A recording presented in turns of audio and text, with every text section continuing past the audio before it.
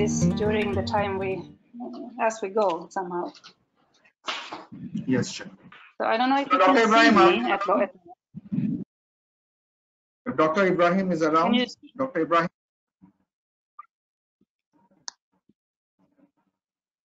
Dr. Ibrahim. Yes. Anyway, formally, I have to invite my dean, Dr. Ibrahim Rashid Shamsi, College of Business, to briefly welcome all the participants and the resource persons for today. So, Dr. Ibrahim, over to you. Yeah, okay. Thank you so much, Dr. Shad. So, assalamu alaikum. Hello, and thank you so much for being here. I'm so delighted to be here with you. So, this is a beautiful day to be sharing with all of you through the session of Dr. Anna. Dr. Anna Rosengren is a founder and a senior advisor of Growth National Happiness Leadership, Stockholm, Sweden. She is a theologian, paradigm shifter, leadership consultant, and Gen H process designer. So you're welcome, Dr. Anna. Thank you for being with us. Yeah. Thank you so much, Dr. Ibrahim. Dr. Ibrahim has been one of the pillars for organizing this sort of webinar, and this webinar would not have seen a day if Dr. Ibrahim's proactiveness was not there. So he was a person who actually put this webinar at 2 a.m. at night. So we are really thankful, and the entire credit for hosting this webinar actually goes to him. So with this, over to you, Dr. Anna. We all are anxious to hear you. And all the audience, please mute yourself and happy listening. Ja, men det kan vi ta vart eftersom. Det viktigaste är att få liksom någon form av liksom. Okay, Dr. Anna, over to you. Okay.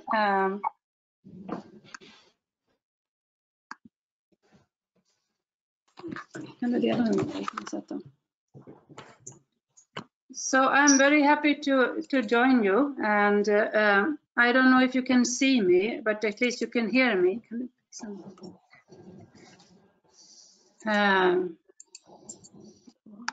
What I will do is that I will also skicka den till dig.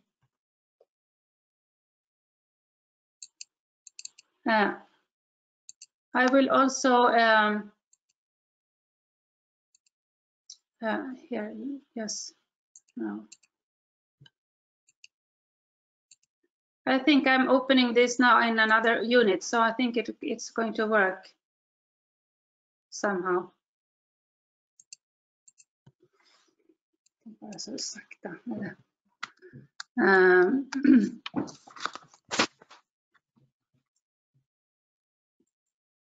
So opening in another unit while I'm speaking.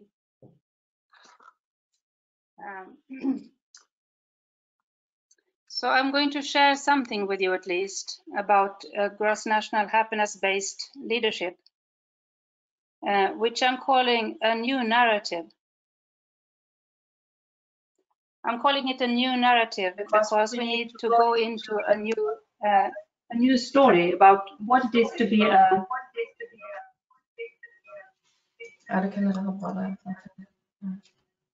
If you can mute one of the system, just mute one of the system. Like this now. Yes, Mary also has been muted. Can you hear me? Yes, it's clear now. It's clear now. Very, very good. Very good. Very good. So,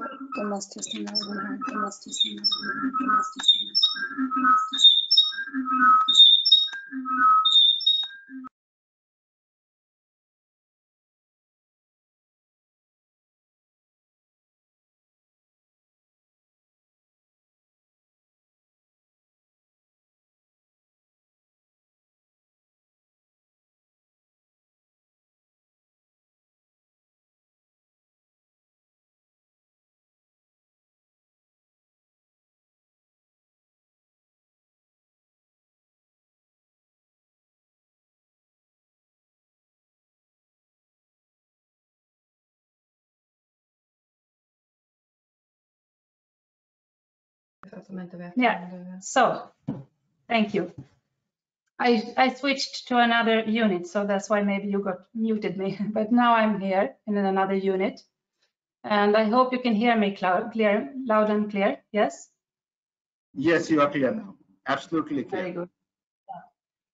So while I'm speaking, my partner is going to send the presentation to this other unit, and hopefully we will come into it while I'm speaking.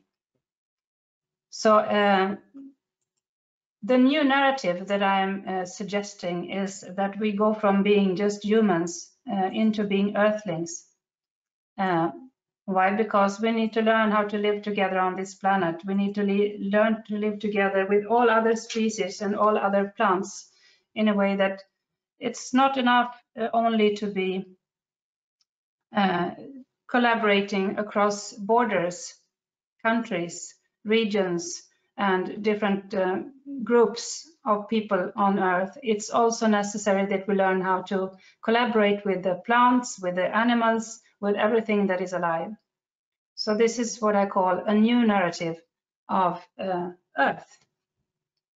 And this is the gross national happiness-based leadership that I want to talk to you about. And the first images I wanted to show you is about me, myself, and my background, and how I have been doing research, action research, and how I am a theologian and a priest, and how I'm also a consultant in leadership and society development. So I'm going to send you this later, and you can see it, and you can also get my contact information like that. And the contents of this presentation is, first I'm going to tell you something about the new narrative and what is the new narrative? Why do we need a new narrative? Then I'm going to tell you about gross national happiness and how that can help. So this is the first part. And the second part is about the leadership, the gross national happiness-based leadership, which also has 3 different parts. One is about mindsets and awareness. That is a tool for you, how you can contribute, because your contribution is needed. This system change that we need to go through now, which COVID-19 has also reminded us of, there is no going back. We cannot go back now. There is no returning to what was before. We knew that before COVID-19, but now we know it even more. There is no going back. So we are going to need a new kind of leadership. We have in our country, Sweden, we have a very young prophet, you can say, whom we cherish very much. She's called Greta Thunberg. I don't know if you know about her, but she has said like this, challenging all the leaders in the world. She has said like this, that we know what to do. It's not that we need theories about what to do. We know what to do. What we need now is leadership. And so your leadership is needed. All of you, all of us, we need to help in this leadership. That is why I'm going to give you tools for that. And the first tool is about mindset and awareness, how to leverage, how to level up your mindset and to help others do the same. And the second tool I'm going to give you is about decision models, decision processes, how to make wise decisions now in this time. And the third tool I'm going to give you is about system change, transformation, how you can become an agent of transformation. So these are the tools I'm going to give you. The first, I'm going to start with the Gen Edge and the new narrative and why we need a new narrative.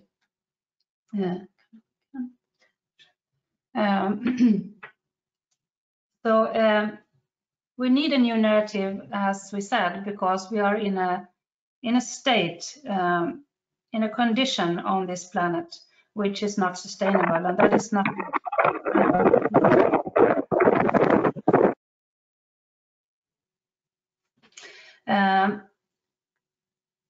We need it because we have some cracks, some wounds in our,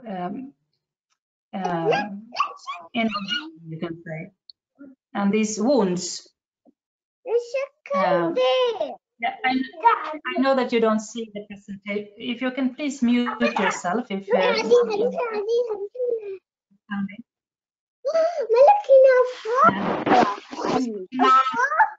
Miss Karima, can you please mute yourself? Miss Karima, can you please mute yourself? I'm not able.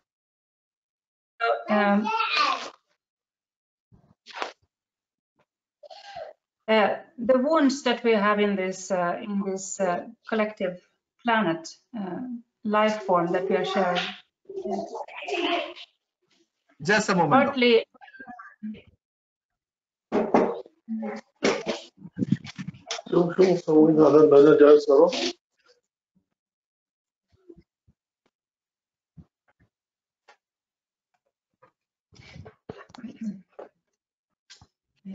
So the wounds that we are suffering from are partly ecological, that we have a crack, you can say. There is a crack between ourselves and the rest of the nature. We don't have the connection to nature anymore. It's as if we are visiting nature or even are afraid of nature. We feel it that it's a dangerous place, or if it is as if it is some place that we should go to bring out the resources, to visit and to just bring the resources out of it. We don't see it as part of our body. We don't see the link. We have lost a connection with the rest of the nature. So there is an ecological crack or wound. And there is also a wound that is social. There are social gaps. We don't reach each other. We are trying to get used to this digital kind of time. And we're trying to do our best to reach each other in this way also. But this is not the only situation where we do not really connect. There are gaps, social gaps also in society where there are social differences, injustices, there are categorizing, and there are even hostility or wars tearing us apart. So the social gaps are enormous. And Professor Iman talked about some of them today, how this crisis is also affecting the poor people more. There is also another wound, which is existential. And this is important for me since I'm also a priest and a theologian, and I'm interested in the existential part of life. And this wound, I think, is maybe the most serious one and maybe the most profound one, because it goes deep into our soul and our awareness. It's as if we have lost contact with ourselves, our core, our inner core, with God, if you wish to call it like that, or if you wish to call it our awareness. We have lost contact with what we are, forgotten who we are, we can say. So there is an ecological and there is an existential wound. That's why we need a new nerve. So this far we have been trying to heal these wounds with a kind of a band-aid strategy. We have been trying to heal the wounds with a band-aid, trying to fix the symptoms, but not the cause. So as we go, we are trying to fix the symptoms somehow, but we don't see to the root cause. And this is why it's a deep wound. That's why we need a new story, a story that is not of wounds, but of healing.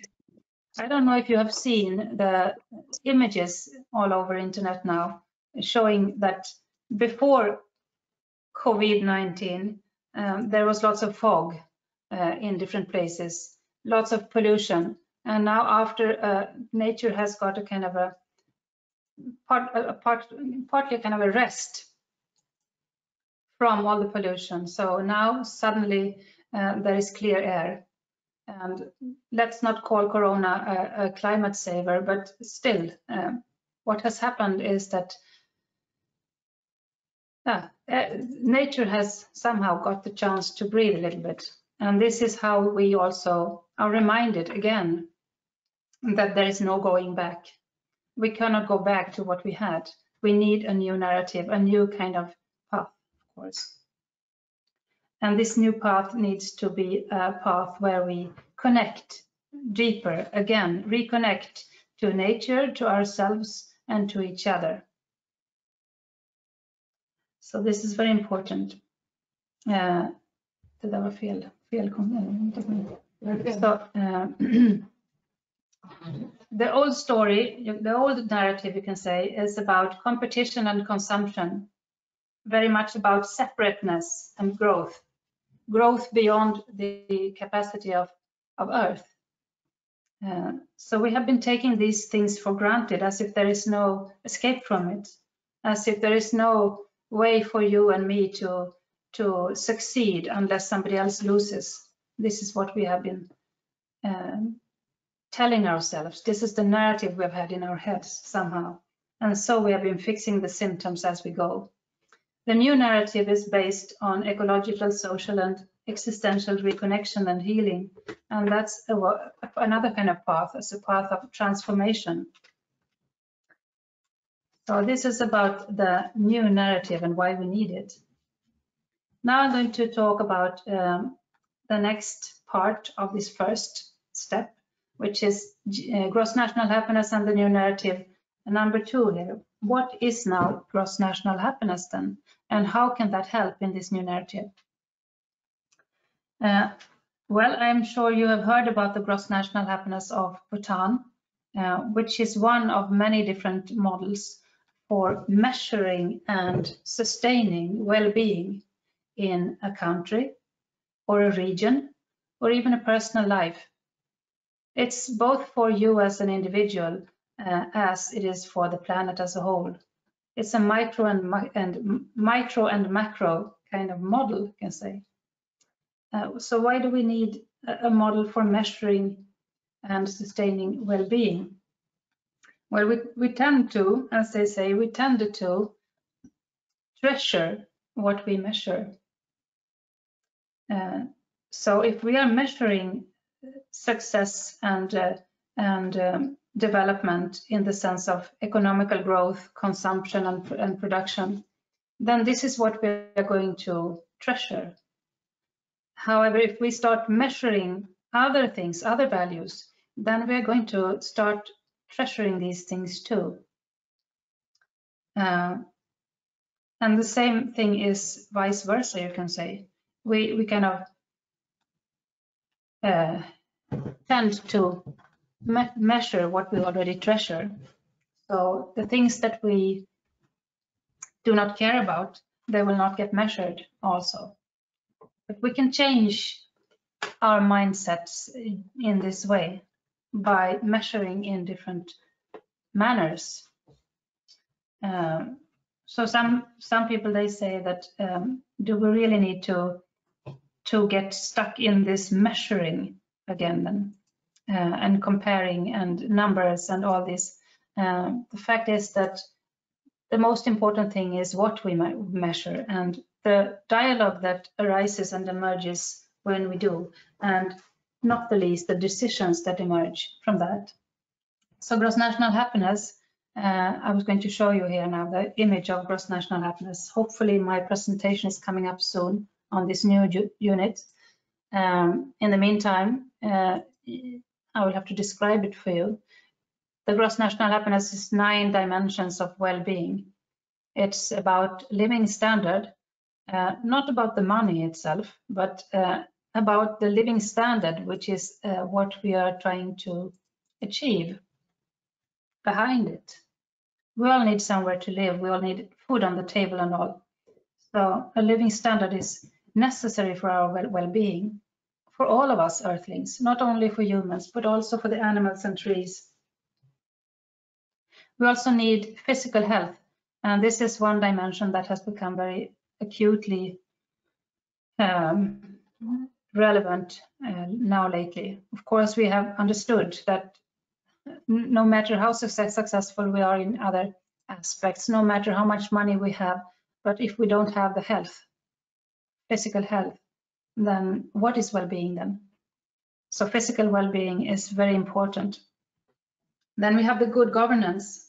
How about good governance? We need, of course, good governance so that we can feel free to speak about what we wish, free to contribute with different things in society, that we are not in a country or a region where we cannot freely speak or act or be ourselves. We need a good governance, good leadership, of course, to take us through these steps. This is true as well for you as an individual as for the whole planet. Then there's about participation, how to participate. We also need the dimension of participation. How can we have a well-being in a society if we are not participating, if we are not democratically active? It's also true for an individual. You need to have the whole system active and all the parts need to be activated in you. It's the same for the whole planet if you see it as a whole. We also have inner well-being in this model, and we have time use. These are also important aspects, of course, of well-being. Inner well-being, and also how to use the time, what is important to choose and to prioritize. Then we have the cultural diversity, and we have the ecological resilience, of course. And finally, education and development. Development in other senses than just simply economic consumption and production. So all these dimensions are all together forming now the gross national happiness model. So how can this help us? This can help us in a sense that we can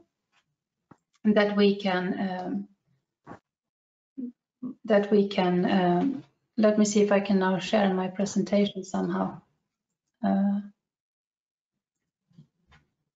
Where is the button for sharing the presentation? Sorry. Let me check. Now I think I have it ready here so I can share it.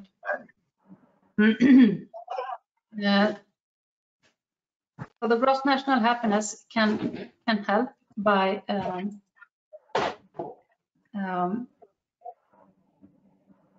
giving us a kind of a tuning fork for our leadership. It's a tuning fork, something to hold in our hand and to guide us when we are taking our steps into the new narrative. And I will also show you now, as soon as my presentation comes up, I will show you how the screen sharing is active now for you. Let's see now, open system preferences. Måste man tillåta den? Ja. Den är väl okej. So I'm going to show you now how I have compared the gross national happiness with the global goals. As you know, we have global goals also as a kind of a common tuning fork for the whole world. However, I believe that it is time now to go further, to not only be contented with the global goals, because they're good, we need them, but we need to take the next step now. And I believe that gross national happiness can help us take this next step. It's a way of summarizing the global goals, you can say, because the 17 goals, global goals, they are very useful, but they are somehow difficult to overview. In a way, you can say they are like project goals, very necessary. And still, we also need, like if we're talking about in a project kind of language, we also need the effect goals. We also need the vision and the values they are based on. And that's where I think that gross national happiness can help us to summarize the global goals, but also to challenge them and to deepen them. And I'm going to show you soon how. One thing is that the gross national happiness is not based on growth, on the growth paradigm. The global goals are very necessary and we cannot live without them, and still they are somehow about sharing the resources on the same level as where we already are. What we need to do is we need to take this further, and we need to question whether we are going to have a kind of a paradigm of growth at all. And in fact, I think that this is not something we can discuss, because what we are doing now is that we are living, we have somehow created a way of living which is using more resources than the Earth has. So in Sweden, for example, we are using like 4 planet Earths every year, which is of course not possible. I mean, we cannot use more resources than we have. Then we're going to kill ourselves in the end. So as a species, as a planet. So this growth and growth and growth all the time has to be challenged somehow. We need to find another way to understand development. And when we talk about development in another way, my suggestion is to learn from nature and to learn from ourselves as a species. First we are babies, then we are children, then we are adults, and we are growing slowly, slowly. And it's only in the beginning of our personal history that we are growing in size. When we become adults, we rather, I don't know if it's only me, but some of us might be still growing in other ways, but you know what I mean. We're not growing in that way. We are somehow more growing in a sense of maturity. So this is what I think that we as a humanity, as earthlings, we need to come to that stage now, not growing in size only, but seeing development as also something that has to do with maturity. Growth is good, of course. When we plant a seed, we want it to grow. When we have a child, we want it to grow. However, the growth that is exceeding the limits of the planet, that is necessary to question. And I think that gross national happiness is one model that can help us do that. So we can include the global goals, and we can transcend them by this model. So this is how it helps. So this model has now been used in many countries, not only in Bhutan where it was started, but also in Canada and in New Zealand, and also in Sweden. So in 2017, there was a suggestion from the Swedish government to start measuring in a more holistic way. And GNH Sweden, which is the network that I was founded, we collaborated with other networks, and we produced a complementary kind of document, you can say. We call it a welfare manifesto. Why? Because we believe that it's not good that only the government are doing the decisions, but we also need to bring in the business organizations. We also need to bring in the NGOs. We also need to bring in the academy and the universities. We also need to bring in the civil society somehow. So in this way, we need to help each other, all of us. And now, in order to show you my presentation, I'm going to need to restart this Go meeting. I don't know if I should do that. Do you think so?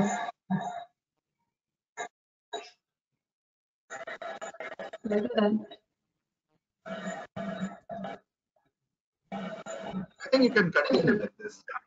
Are you not able to share your screen?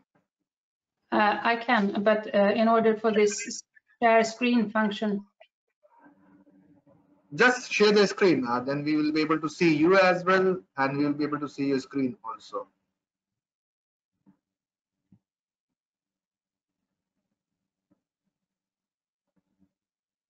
You just click on, you activate your camera as well as your screen. Both will be available for us.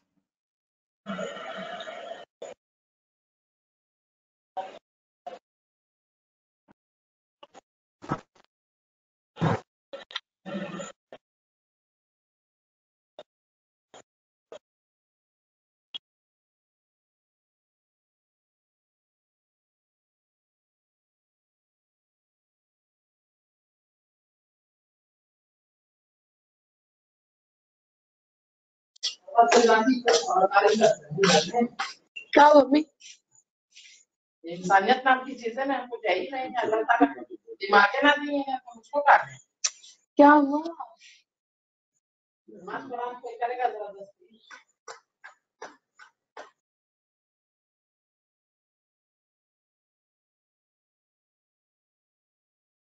Yes, as soon as you can hear me, just tell me. Yes, we can hear you. Yeah, so it's restarting, and now it should be possible to soon share the screen.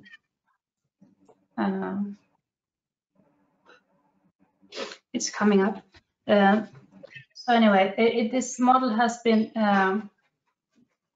Now you please let me again share the screen. So I do the same process again.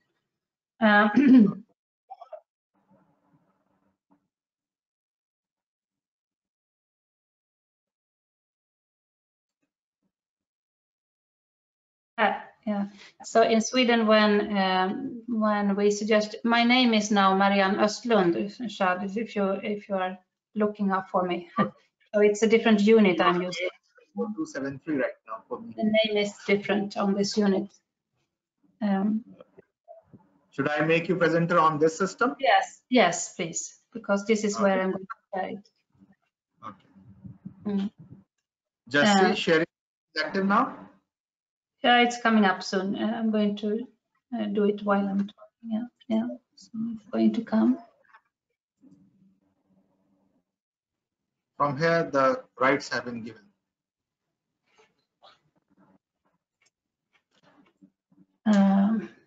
Alltså, då måste man gå igenom igen då systeminställningar. Jag tror inte att det är någon idé.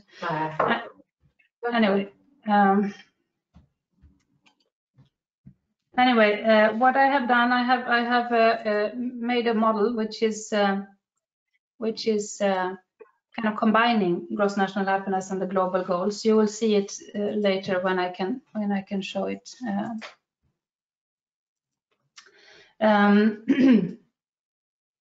So anyway, I think that let's go to the next step, which is tools for your leadership.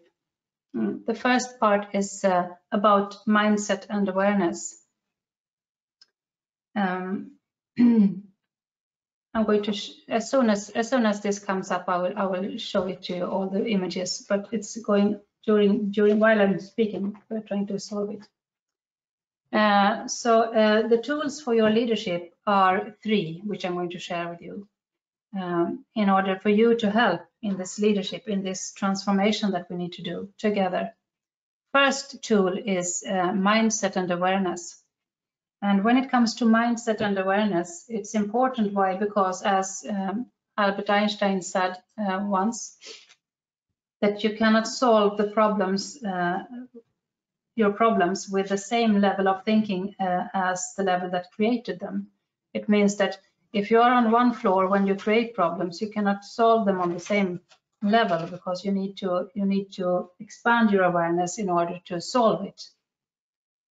If you have messed it up in one level, you need more knowledge or wisdom or experience or whatever you would want to call it to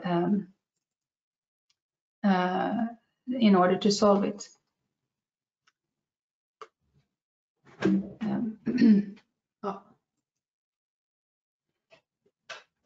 So what I want you to reflect on now is, where are you leading from? We are so much concerned in this time about what we do. We have so many ideas about the behavior, the visible kind of changes that we need to do. And this is important. It is. We need to do this too. However, this is not all there is to it.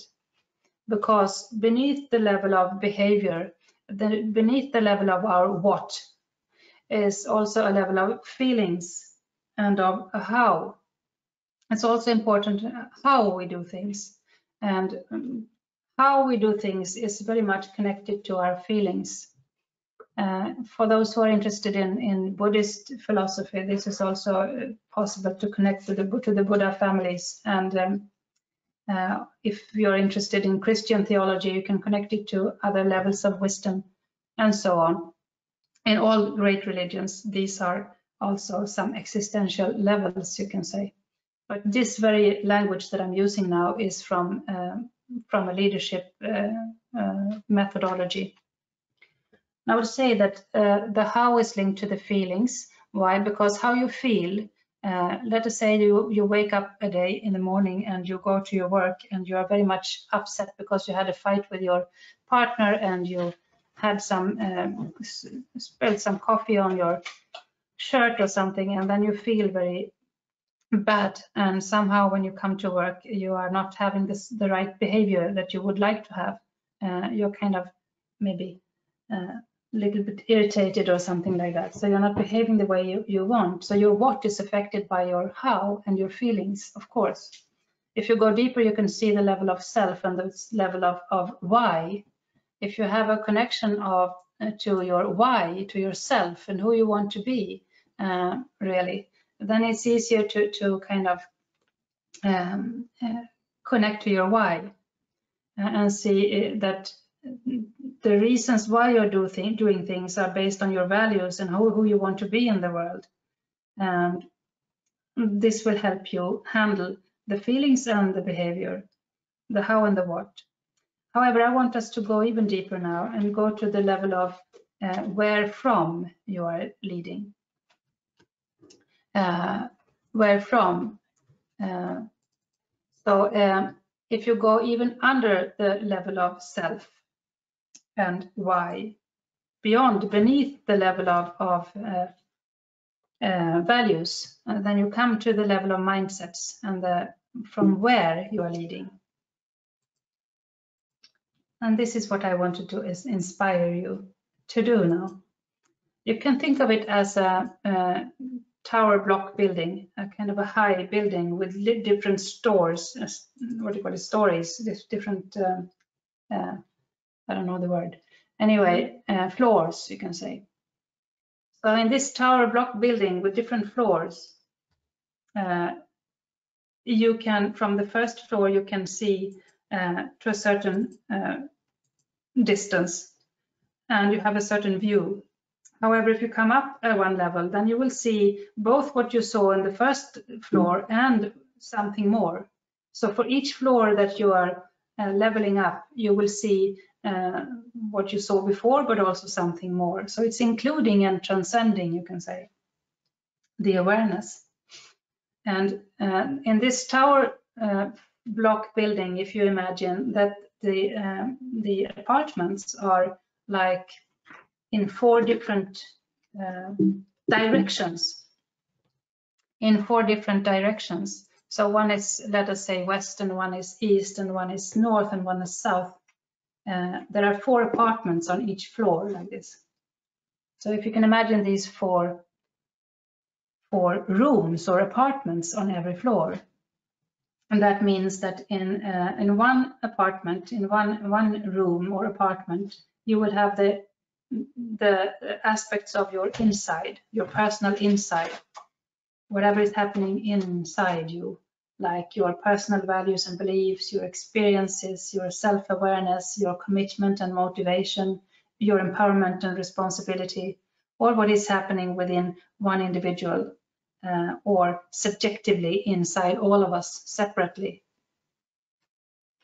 Then you have, of course, your outside, your behavior, the concrete actions that you are doing, the competency, the skills, the training, the decisions, the plans that you are doing that are visible somehow.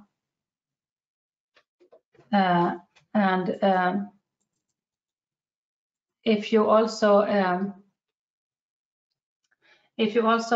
imagine that there is one apartment which is about the culture and the collective inside, because there is an individual inside, but there is also a kind of collective inside, which is about the different norms that we share, shared values and norms, and the collaborative climate and the ethics and the myths and legends and the cohesiveness that we create together. So this is also one part. And then there is an outside for the collective aspect, which is the system, the more organizational development kind of part, where we create our policies and our processes and our shared resources and all, and our measurements. So all these 4 apartments need to be integrated. Why? Because otherwise this floor that you are living on will not be balanced. You need to be able to use all the apartments on one floor, all the rooms on one level. And until they are integrated, you cannot level up to the next floor somehow. So this is how you level up to the next floor.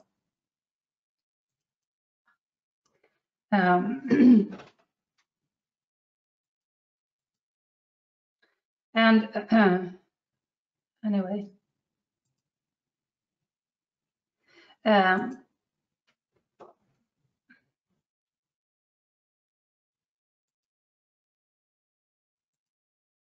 so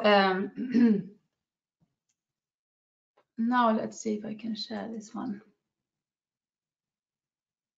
Let's see if it will show here. Coming up, I think so, slowly.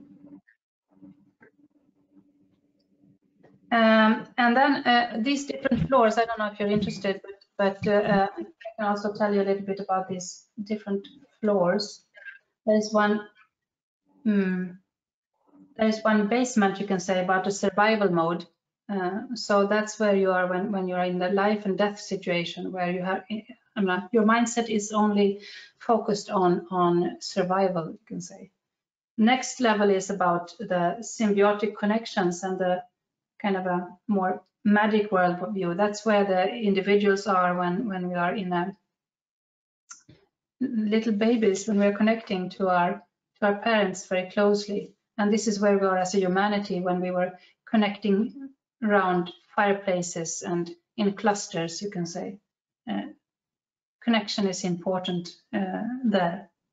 And the next level, that's where you are active, but you take what is yours before somebody else does. So it's a kind of a egocentric level, which we also need. We need all these levels.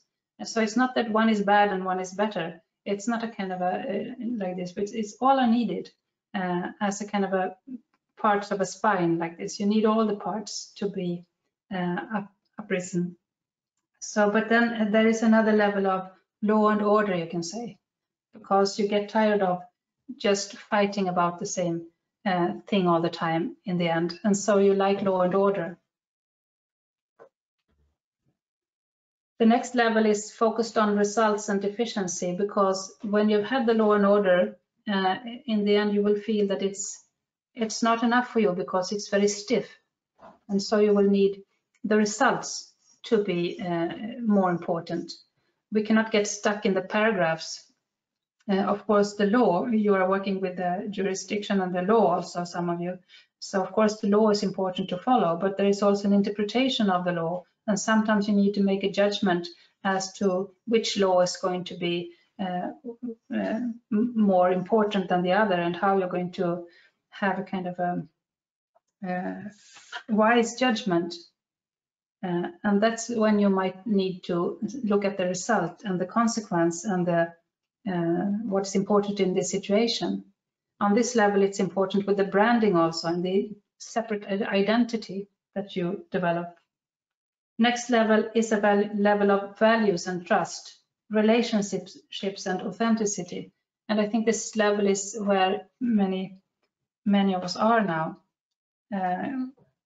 after Corona, post-Corona, post-COVID-19. We long for this trust and these deeper values.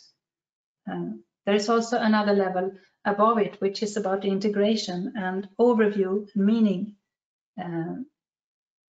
where we can have the possibility to also use the elevator in the building, so that we can integrate all the levels in the building. And then you have the holistic level, and finally the really what you call it, enlightened level of the emerging field, you can say.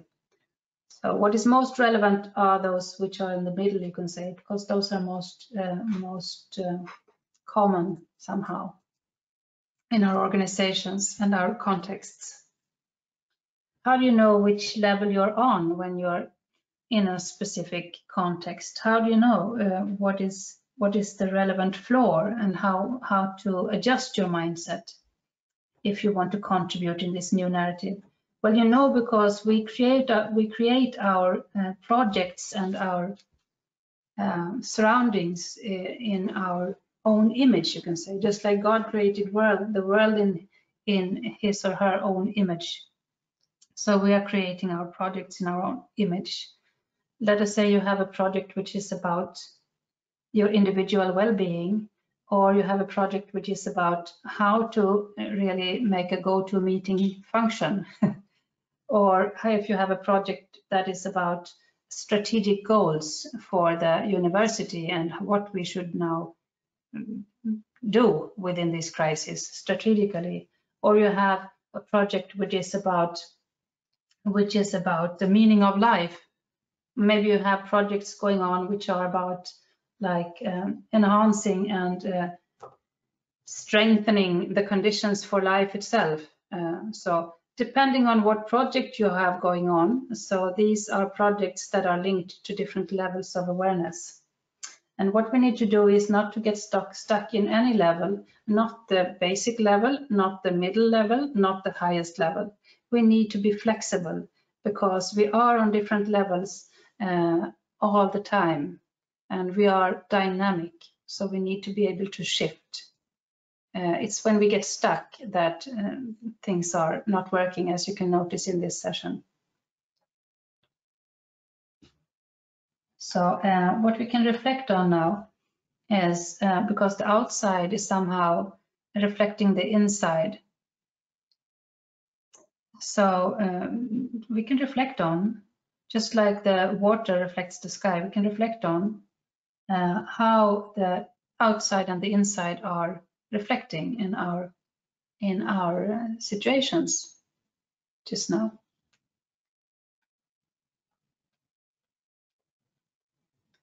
The second tool I want to share with you is decision making. And the decision making is very important just now, because when we make decisions, this is how we affect our future. This is how things become different in the future. These are the kind of leverage points, you can say, acupuncture points. And when we are making decisions, we can do it in different ways. We can do it in an authoritarian way, of course. Somebody says, just do this, follow me. We can have a consultative decision that we consult other people, but we still decide ourselves. Or we can be democratic so that the majority decides. Or we can have a consensus so that as long as nobody objects, then we do this. But we can also go deeper. And one way of going deeper is what I call concordance. That is a way of deciding, which is, as the word kind of tells you, it's a decision concorda, with the heart. It's one of the deeper models of decision. There are even deeper models, but let's stop here. And the concordance is about including all those who are involved in an issue or its consequences, and nobody else. This sounds maybe very normal, but it's not so normal always, to really involve all the people who have something to do with the issue. It's not so normal always. If it is about them, then don't do it without them. This is what we say sometimes. So if you're going to make a decision that involves children, then please include the children in the decision. And if their parents don't have anything to do with it, then don't include them. And this becomes very radical sometimes. Control in concordance decisions, everyone has the same kind of influence and veto. So you can become scared when you hear that, but it is what I said. If you are scared that maybe you have more experience and you should be deciding more, well, you can also say no. So because if you are not agreeing, then there will be no decision. And openness is the third one, is that in this kind of decision making, you are creating such a trust that everyone promises 100% openness, so that you make sure that everyone is 100% sincerely saying yes. This sounds very radical, and it is very radical, but let me tell you that this kind of decisions, they are sustainable, and you will not have to worry that you will take the cost of making a new decision again later. If you can do this kind of trust, you can make trust in this way, and then you will not need to worry about decisions being not followed afterwards, or decisions needing to be retaken or redesigned or something. So this is something that you can learn, the concordance decision. It's one of the deeper forms. There are also other ways. Yeah.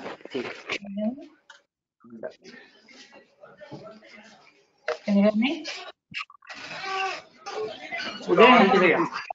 Yes. It is something. Can you hear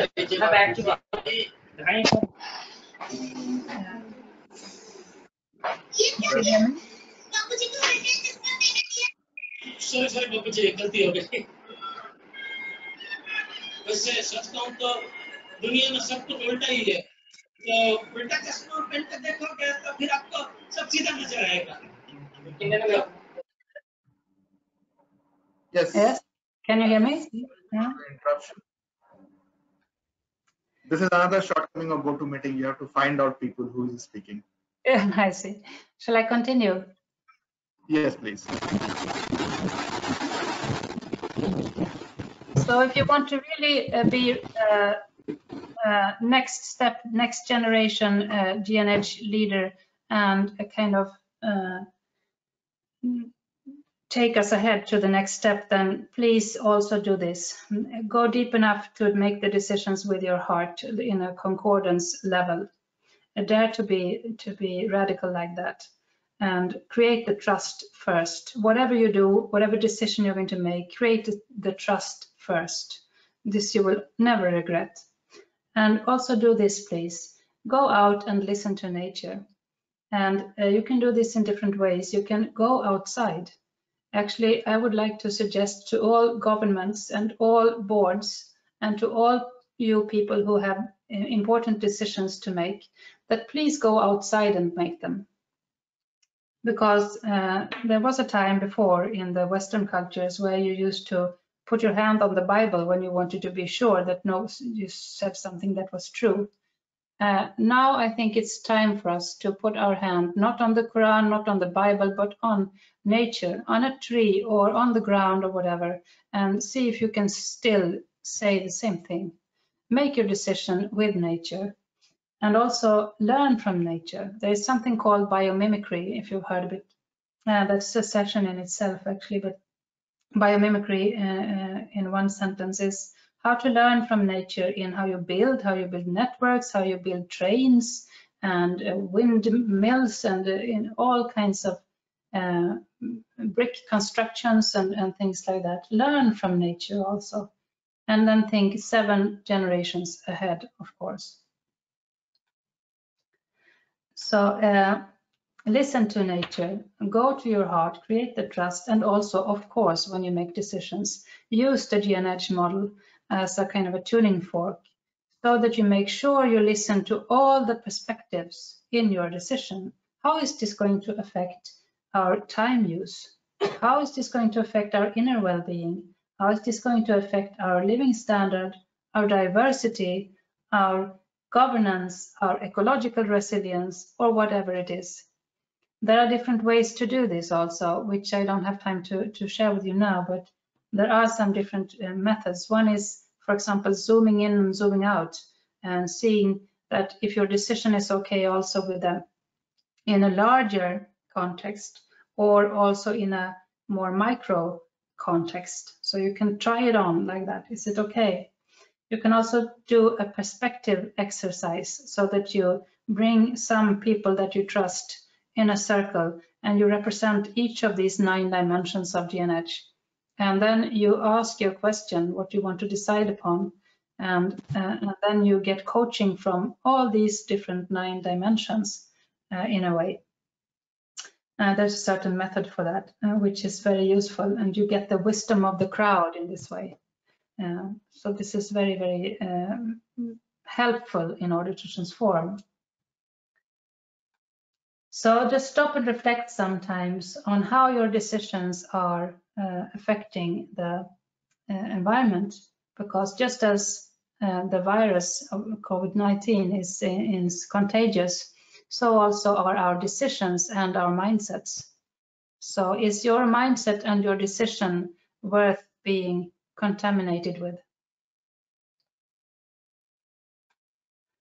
The last tool I want to give you before we sum it up is the system change and transformation. How can you be an agent of system change and transformation? And this is where I wanted to share with you the model of Theory U, which is by Otto Scharmer from MIT University in Boston. I'm sure you've heard of it, some of you at least. It is constructed as a U, so that's why it's called Theory U. It's like a kind of a, you can say it's a transformation tool where you go through different stages to ensure that you're not just changing something from what it is today to something that you would like it to be in the future, just like that, with a simple project plan.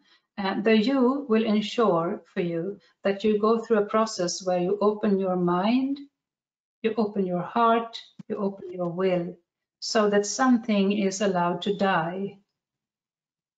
And then you allow yourselves to kind of rest in an insecure spot of not knowing. And then from there, something new will arise and be born. There are some certain steps to this, and this is a method in itself also. I'm just mentioning this because this is something that you can bring with you and do in whatever situation you're in. In all our lives, things are going to be changed and shifted now. And you can ask yourself, what needs to die in this situation? In my life, in my university, in my region, in my country, on this planet, what needs to die now? And what is being born? And dare to also be for a little while in the insecurity in between. Actually, I have also made a combination of this model and GNH. I like to combine with GNH everything. This is why I'm so fond of this model. So actually I've made a combination of them, and it looks like a Vajra for those of you who are familiar with the Buddhist philosophy again. So you will know what a Vajra is. A Vajra is a kind of a transformation tool which is used in the traditional Buddhist rituals for transformation. And I say sometimes that I am a multi-religious person. I speak many religious languages, even though Christianity is my mother tongue. So, but Buddhism is also very close to my heart. So this Vajra is, I can show you now because my presentation is not coming up, but I will send it to you. You'll see this Vajra, which is combining the Theory U with the gross national happiness, so that you can go down with this U process. You can go down from any of these 9 dimensions in GNH, and you can let it sink and just let aspects of it die. And then you can realize that you are emerging, being born into another dimension of GNH. So in this way, they can be interconnected. There's a process to that also. And it involves, to transform a whole system, it involves listening deep. It's not enough to just go outside yourself and listen to the facts that the other person is.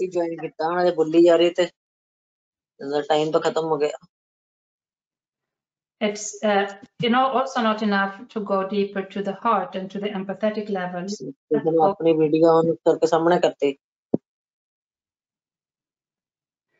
You have to go even deeper to listen to the generative field and what is emerging. And this is what is necessary.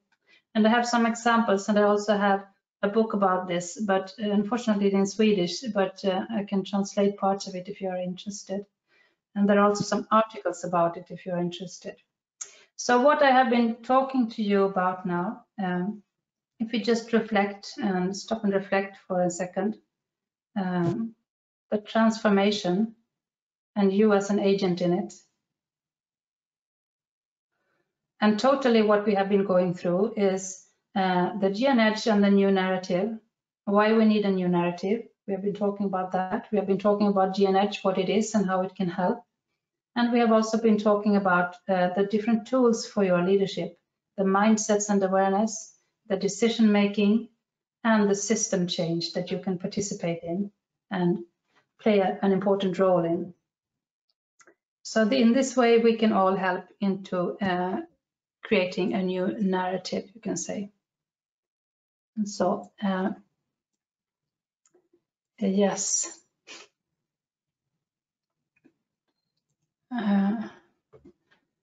I now want to ask if there are any questions.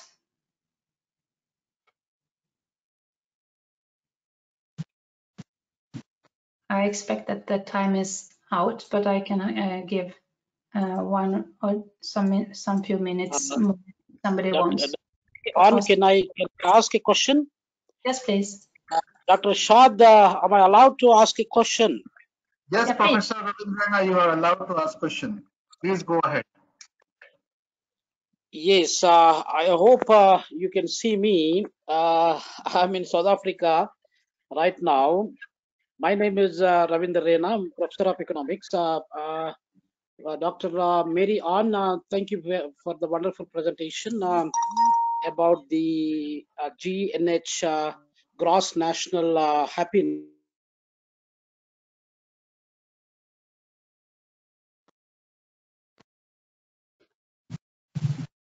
Something wrong with your voice, doctor.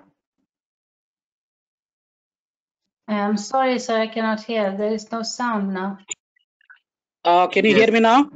And now I can hear you. Yes. Yes.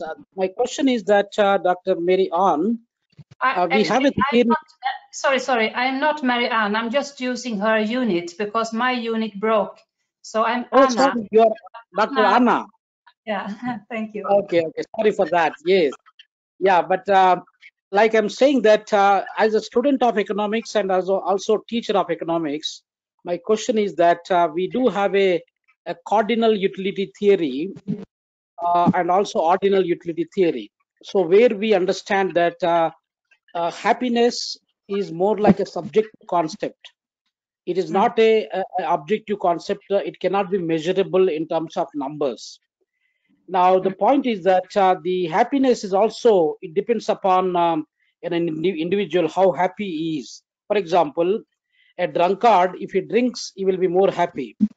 A druggist, if he or she takes the drug, she will be happy or he will be happy. A smoker will be happy while smoking the cigarettes as many as possible. Now, this is varied from person to person, place to place, situation to situation.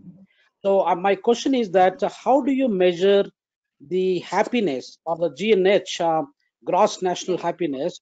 How do you measure in terms of quantitative numbers? Actually, That's the question to you. This is. You understand? Please, one question. Rest of you, please mute yourself. Tanya Masood, please mute yourself. मैंने बस याद दिलाती रहूं webinar का तुमसे फायदा है. Masood, please mute yourself. Go to meeting वाली दरवेश बहुत obedient है वो दरवेश. Shall I answer? There is Just somebody talking. I don't know. Shall I answer? डाल लो कोड में बता रही हूँ तुम्हें. जल्दी ज्वाइन कर लो फिर होना पाने का. वो go to meeting खोलो. Samia Maksud, can you please mute everybody? Can you please mute everybody?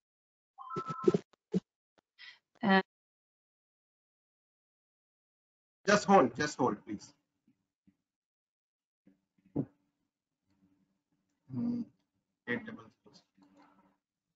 Now, please, you can continue. I had to mute everyone. The problem is that if I mute all, the presenter also gets muted. Okay. Shall I answer now? Yes, Can please. you hear me?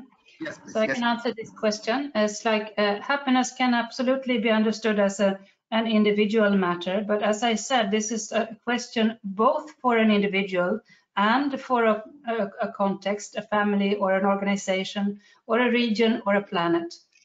And you can call it happiness if you like, but happiness has actually a different meaning in some countries than in others.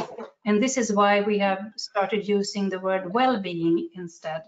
And I'm sure that everyone wants well-being. And this is why we are trying to make things better in this world.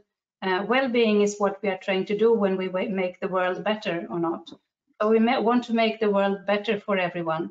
And this is what we mean by well-being. It's not a personal matter only. It's something that is both micro and macro. So everyone wants well-being, and we have a responsibility for the planet as a whole to feel well. And this is a responsibility that is not only for ourselves, and not only for our families. It's also for the region, and even for the plants and the trees and the animals. So we have a responsibility for the planet, because if we don't care about the well-being of the planet as a whole also, then there will be no well-being for us as an individual either. So this is my answer. And how we measure it is, just like I said, unfortunately I could not show my presentation, but I will send it to you. I have it here. I just cannot transmit it somehow to you. So, but how you measure it is with these 9 dimensions, and I'm sure this presentation was not about GNH per se, but this is also something that is possible to go through very carefully. And there are many such measurements in the world, which all have the same aim, to measure well-being in a country or a region or whatever.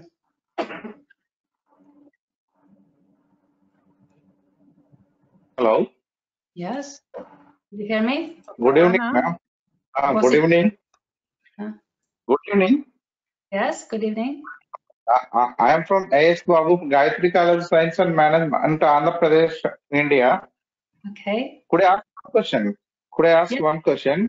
What is the mindset of the people at this particular situation? Because we are very happy with each other, one another, and we share each other. And another point is students' point of view. How can they achieve their goals in this particular situation? Are they comfortable and are they confident at all situation? What kind of suggestions we may ask? Please suggest something to us. I'm sorry, I could not really understand what was the question. You said you're happy. Yes, I will repeat once again. Most of the students are unhappy in the present situation. How can they achieve their goals? How can I help? So how can they achieve their goals and objectives? Okay, thank you so much. So you can mute yourself. How can mute you yourself? Your question. Let me see if I understood you correctly. So I'll explain the question to you if you want. Question is that in the present situation, how we can make students happy. Yeah, this is actually what my presentation was about. I don't know if I could come through all together, but this is what it is about. If you're unhappy in your situation, I think that this is the tools that we need to use. We need to integrate all of these things in our lives, because if you, for example, have maybe you're happy on your inside, but you're not allowed to do what you want in your life, then it's not possible for you to integrate the inside and the outside. Or if you do what you want to do in your life, but you don't have happiness on the inside, so then it's an integration question. So it's very important to start where it hurts. And to know what the unhappiness is about. And it's also important to understand that your individual unhappiness connected to the rest of the creation. Yeah, so that it's not only individuals who are unhappy. The individual unhappiness is connected to the whole planet. There is a kind of an unhappiness in the whole system, and this is why we need a new narrative. Good evening, Dr. Anna. Yeah. This is Dr. Prachi Doval-Naitani from India, north of India. Basically, I think what you are trying to tell us all is that it is the individual's responsibility to take up leadership in such a scenario, to make oneself happy and the rest of the planet and the rest of. Is that what you're trying to hint at? Actually, it's the individual's responsibility more than anybody else's. Is it? The subject of this very presentation is how you can contribute as an individual to the leadership. Right. Of course, we can have another presentation about how the governments can contribute or how the business organizations can contribute. This particular presentation is about how you can become a GNH-based leader and how you can take your contribution seriously. Of course, we can have another presentation about how you can create your inner stability, personal well-being. We can have another presentation of governments or whatever, but this one was about how you can contribute as a leader. Very informative and very interesting. Thank you so much. Dr. Shah, may I ask a question? Hello. Hello. Good evening. Professor Mandeep and Professor Arshad, they are the two people. So let's give first chance to Professor, and then Professor Mandeep, you can take over. Yeah. Yeah. Good evening, Professor. Yes. Yeah. Good evening, Professor. I'm Dr. Monideep Roy from India. My question is that happiness is a relative term, and sometimes there are conflict of interest. Like if I want to maximize my happiness, then somebody else is his happiness is reduced. So how to go for maximization of social happiness? Yeah, I think that this is a very good question. They're all good questions, and I think that we need a tuning fork somehow. We need a kind of a basic values policy, and I think that gross national happiness is a very good policy to hold on to. Because if you're an individual and you're unhappy, then you can see you need balance maybe in these different dimensions. Maybe you're lacking inner well-being. Maybe you're lacking living standard or something. And then we can see that we balance these things. And of course, I believe that happiness can be also something that I would rather talk about well-being actually. Of course, there can be different strategies, and we have an idea of competition, and we are, competing with each other. And we believe that if I get something, it's only because you are losing. I can only win if you are losing. And I think this is part of the old narrative. That's why we need a new narrative where we build trust, and so that we can see that it doesn't have to get stuck in this win and lose game. We can build a kind of a society for ourselves and each other where we can all win. It's possible to build a kind of a situation where all can win. And I will give you an example. There were two children, they were fighting about an orange, and both of the children wanted to have the orange. And the mother said, okay, let's do this in a fair way. I will just share it in the middle, divide it in the middle, and you get 1/2 and you get 1/2. But both the children were unsatisfied and unhappy, because one of the children, she wanted to make a cake and she wanted the peel of the orange. The other one wanted to make juice and wanted the juice of the orange. So if you had waited for a while, creates trust. Just wait for a while and listen a little deeper. And then you will see that both can be 100% happy, because one can get the juice and one can get the peel. So if you listen a little bit deeper, and this is what I think is important now, we need to listen deeper and create the trust so that we can talk about what we really, really need deeply. And then we can see a situation where more of us are happy. just for Thank the you, Professor. information of all the members here, there are many people who are asking questions on how to quantify happiness. Last month, we on the same platform, we conducted a session on quantifying happiness. And after the session, I will be sending you all the links of YouTube, where we invited Professor Sonam Burden, who is the president of College of Business in Royal University of Bhutan. So in that presentation, you will see that what are the domains, pillars, and the parameters based on which the happiness is calculated. So those of you who are having questions pertaining to how it is to calculate, how to ascertain how much happy we are, so you all can go through that particular presentation. It's uploaded on YouTube. I'll be sending the links to you all. Okay, so I think with that we can save some time, because I can see many people are sending me question how GNH, how happiness is quantified, how happiness can be measured. So I'll be uploading that here. Yeah, just let's focus on GNH we can use with the theme of today. Okay, so Professor Arshad, your question, please. Yes, my question is, yes. Thank you so much. I am Professor Arshad. My question is, happiness has got one objective criteria as well as subjective criteria for its definition. To understand it, objective criteria, fine. We can determine some objective criteria. But so far as the subjective criteria is concerned, the philosophy of life that one person has a lot to do with happiness. My question is, how can we unify, or how can we express, or how can we tell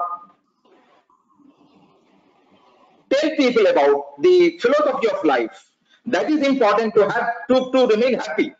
Because unless until we have a world view that makes us keep us happy, makes us happy, that world view is important.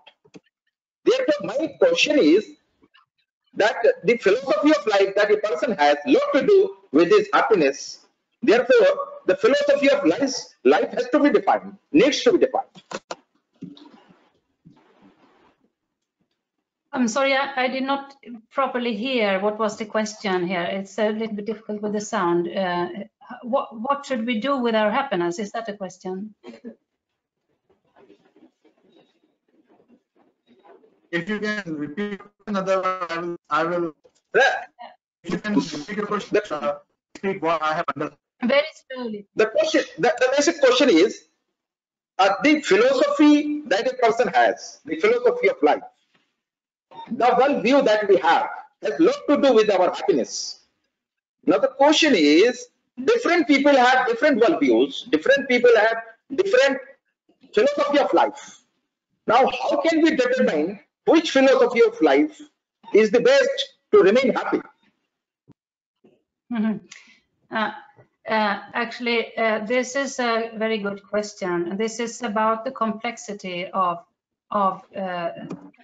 life, and I would say that let us learn from nature in this way, because the trees in a forest, they may seem as separate, individual, very different kinds of plants and trees. But if you go deep down under the soil, you will see that the roots are intertwined and they are same somehow. So they share the same ground. And if you go deeper, then you will see that it's all connected somehow. So it's a question of how deep you come. If you go on the surface only, then it will seem very different and you will have wars and separatedness. This is why I'm saying let's go deeper now, so that we will find our connectedness. Because we need the complexity. Thank you. Do we have any other question? I've also emailed the presentation out to you, Shadji, so that's you can share. Sir Balaji, you are not audible. Now you are mute. Dr. Anna, greetings of the day. I live very close to where Dr. Shahad lives, near Buraimi. Nice to listen to your wonderful presentation. accepting that we missed your slides. Hopefully we will receive it. Yeah. Basically, I'm from those generation of practitioners who have been inspired by Peter Senge and the systems thinking, and I've been like following his work, and then how he moved into a collaboration with Otto and the theory U, and in his book on presence, where he speaks about nature and all. And I've also been following some of the work in Harvard on the Center for Compassion and the Buddhist philosophy that they have on mindfulness. What's the link of all these things, like right from, do you have any comments to make about what is there in the yogic philosophies that is being taken up? Because you touched on the Buddhist philosophy, the Christian theology. Is there some link that is there which is like on the cutting edge of research where it can be pursued further? Because yesterday was like a World Yoga Day and all. So what is your take on this? Something that can help us move forward. Because Emma Safala, for example, she has this book published on happiness again, which is again based on mindfulness philosophy, and emotional intelligence. Connect is also there. So Peter Senge, Daniel Goleman's work, and the yoga and the Buddhism, something you can comment from your work, that'll be good. Yeah. Hope I'm not like broadening the scope too much. Okay. Well, actually, there are many links if you talk about research links and things like that. So of course I can send you different things, but the link more philosophically or existentially, I guess, is that when you come deep enough to the root system and you see the connection of everything and that how we are interconnected, then you kind of fall into more of an essence language. And the essence language is about the core of things, the essence of things. And once you come into the sphere of the essence language, then once you are in the spiritual realm somehow, in the existential realm, which is why I also initially I said that there are three major cracks or wounds in our being just now. One is the social, one is the ecological, and one is the existential. And for me, as a theologian, of course, the existential crack is the most important and mostly what I mostly engage myself in. And this is also where I guess I find that more of these essence links. And so the theory U is very closely related to gross national happiness.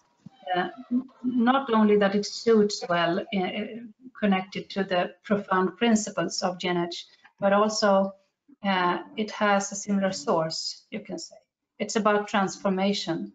And if you come deep enough into any religion, any existential system, if you come deep enough into yourself or your own core, or even in philosophy, you will come into this kind of questions about essence and transformation.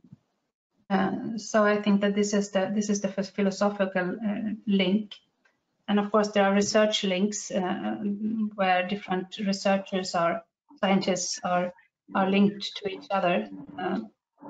Otto Scharmer, for example, has been a lot in Bhutan and vice versa. So there is a lot of I mean, the gross national happiness itself was created by all those collaboration between all those researchers and scientists in the world, like Vandana Shiva and all of those who are contributing to this kind of mindset. So of course, sooner or later, we come to the understanding that we need to help each other to feel well. All the plants, all the animals, all the living beings on this earth, even if it's only for an egoistic reason. You cannot be a single happy person if the rest of the world is not happy. Sooner or later, you come to this conclusion. And this is when these kind of theories arise and link together.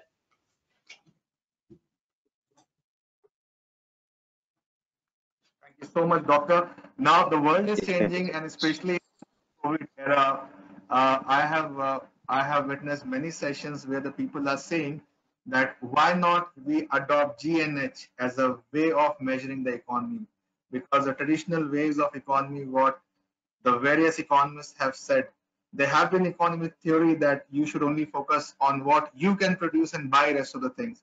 But now every country in the world is trying to become self-reliant. Somewhere I also second the thought of having GNH as an economic indicator for the world now, and it is the need of the hour. Now there is one question by Aditi Nak. I hope I'm pronouncing it correctly. That is there any difference between well-being and satisfaction? And probably this is going to be the last question today, because we have already exceeded the time limit by 22 minutes now. Yeah. And I believe in next we'll wrap up. Yeah, the difference between satisfaction and well-being is a question of quality, because satisfaction is a word which at least I would connect to a kind of a basic understanding of lack. Why do you want to be satisfied? It's because you are afraid of lack. You're afraid that you will lose something or not have enough of something, and you want to make sure, you want to control the resources, and so you want to make sure you're satisfied completely. Well-being has another kind of agenda. It's more of a kind of a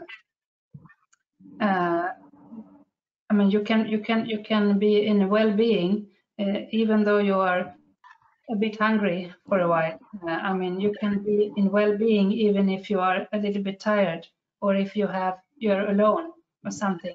I mean, well-being is a deeper kind of something deeper. Satisfaction is more on the surface. So well-being comes from a deeper source, and it's more about the causes and the roots, while satisfaction is a short-sighted kind of idea of making sure you get enough resources just now. Okay. So let's have the also. Okay, so it's Aditi is from Parul. It's actually Dr. Parul Goel from Aditi Mahavidyalaya, New Delhi. She's from Aditi College, New Delhi. Any other question? We can have one last question and then we can call it a day. I will also say this, Professor, please. I will just say this, that I have sent you now the presentation via email. So if you don't mind, you can just send it out to everyone. And I will also be able to send it out to anyone who contacts me. It's Anna, A-N-N-A, at gnedgesweden.com. Anna at gnedgesweden.com. So if somebody would, if you don't mind to write it in the chat session, so then you can write Anna at gnedgesweden.com. Please write to me, or if you, Professor Shad, would be kind enough. Can I ask one question, Doctor?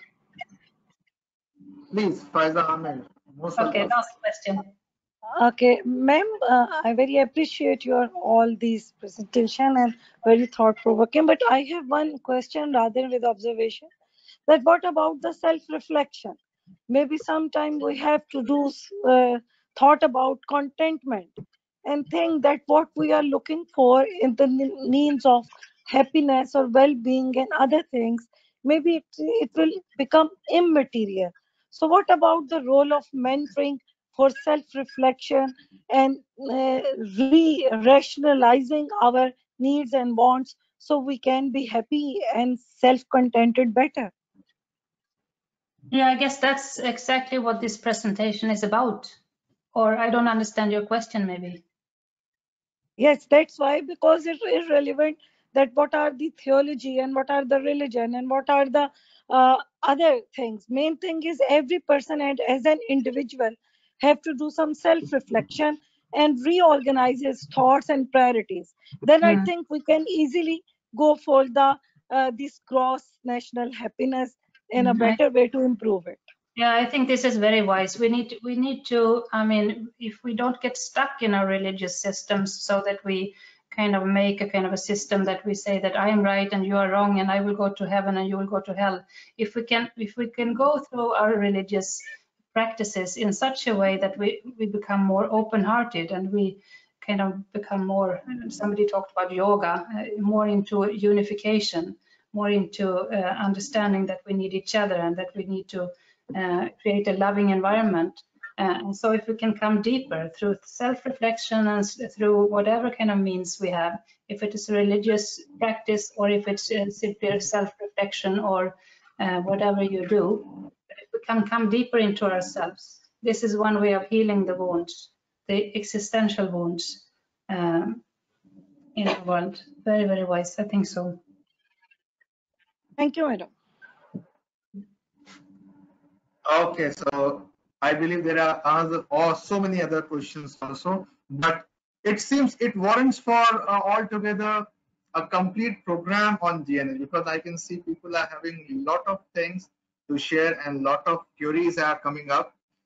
So I believe that it creates opportunity for us to have a full-fledged program on GNH, where professor along with some other resource persons can come and we can have a detailed session that what happiness, what self-sustaining, what self-reliance, what contentment is all about.